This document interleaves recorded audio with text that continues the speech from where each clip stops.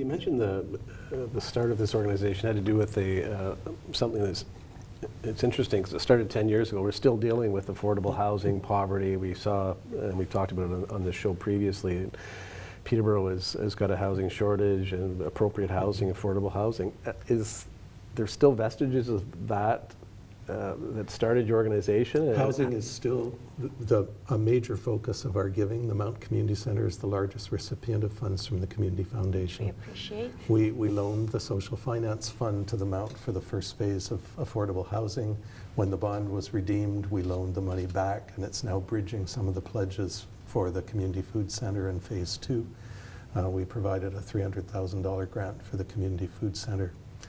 And we're just so impressed and so thrilled with all that is going on in the Mount. It's quite miraculous. Other exciting things that are happening around housing, the Leahy's Lane development with Habitat for Humanity, and we've been partners for many years with Habitat. And then some of you may know about the Homeward Bound program. That's Peterborough Housing Corporation, the YWCA, and Rotary Club of Peterborough.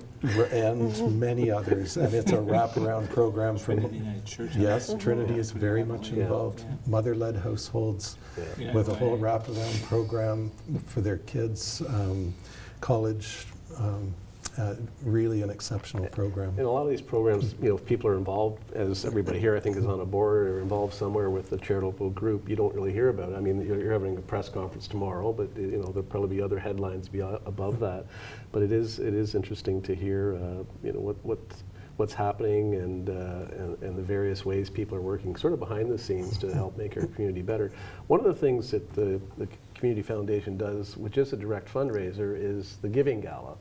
Now, I've promoted it on this show. It's transitioned from the Mayor's Giving Gala. The previous mayor, Daryl Bennett, was very actively involved, and we have a new mayor, and there was a transition. But that's still going on? So our annual Giving Gala, we don't aspire to compete with the charities in the community that we're trying to help.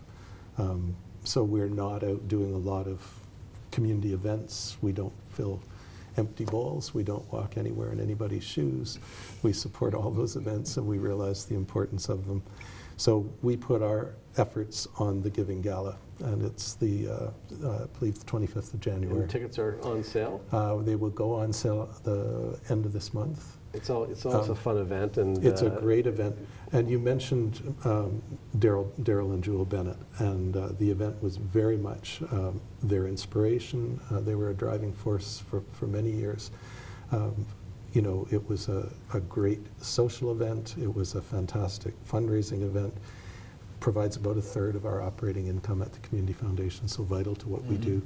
The mayor, a lot of people didn't realize, also contributed the difference between his salary and a council person's salary to a fund that's now one of our largest funds at the Community Foundation. It's not a donor-advised fund. He gives full discretion to the board to direct it where it's needed most.